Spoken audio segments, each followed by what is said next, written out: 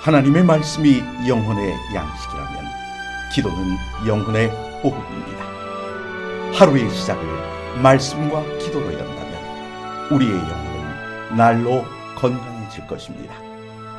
오늘은 시편 26편 3절과 4절의 말씀을 묵상하여 우리의 영혼을 살찌우고 기도로 하루를 시작함으로 활력을 얻고자 합니다.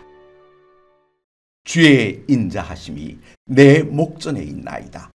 내가 주의 진리 중에 행하여 허망한 사람과 같이 앉지 아니하였사오니 간사한 자와 동행하지도 아니하리이다. 주님의 인자하심이란 어떤 것일까요? 원어적으로 하나님께서 우리와 맺으신 언약적 사랑을 주의 인자하심이라 말합니다.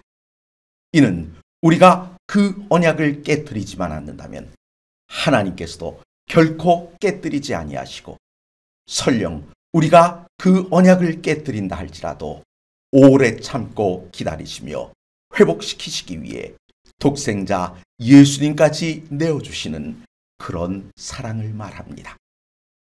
본문에서 다윗은 바로 이러한 놀라운 하나님의 사랑이 자신의 목전에 있다고 고백합니다. 다윗이 이 고백을 할 수 있었던 것은 그가 일평생 살아가는 동안 자신이 경험한 하나님의 사랑을 마음속에 기억하고 간직하며 살았기 때문입니다. 다윗은 어떻게 주의 진리 중에 행할 수 있었을까요? 바로 주의 인자하심 때문입니다. 가만히 생각해 보십시오.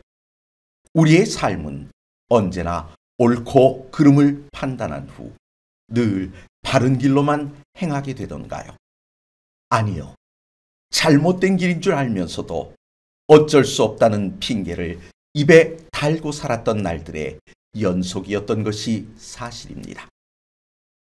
옳고 그름을 구별할 줄 몰라서가 아닙니다.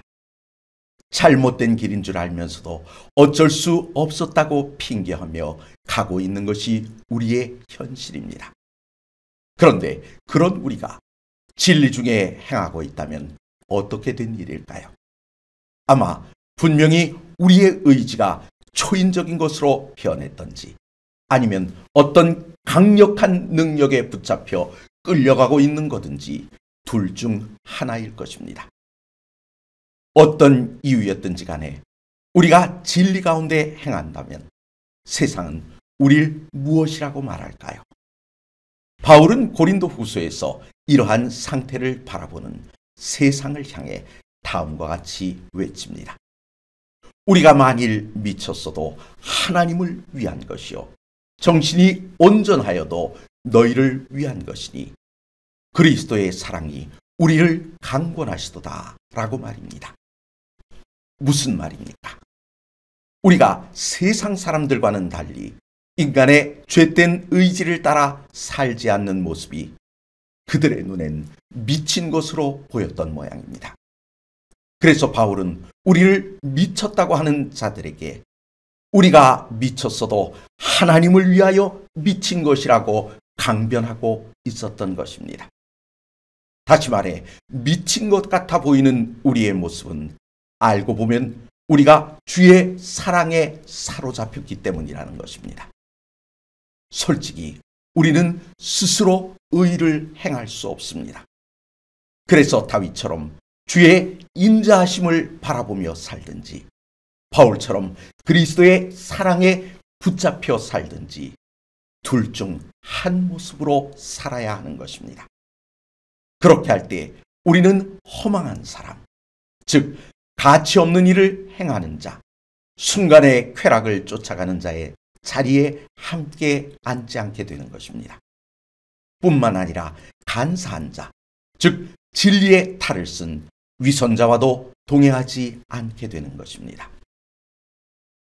말씀과 기도로 하루를 시작하려 하시는 성도 여러분, 비록 의지가 약해 스스로 의를 행할 수 없다 할지라도 하나님의 진리 안에서 살기를 원하십니까? 그렇다면 주님의 사랑을 마음에 기억하고 강권하시는 사랑에 우리의 삶을 맡겨보십시오. 그러면 바로 이 시간이 우리로 새로운 삶을 살게 해줄 것입니다. 이 아침 주의 사랑이 넘치는 하루가 되시길 간절히 기원합니다.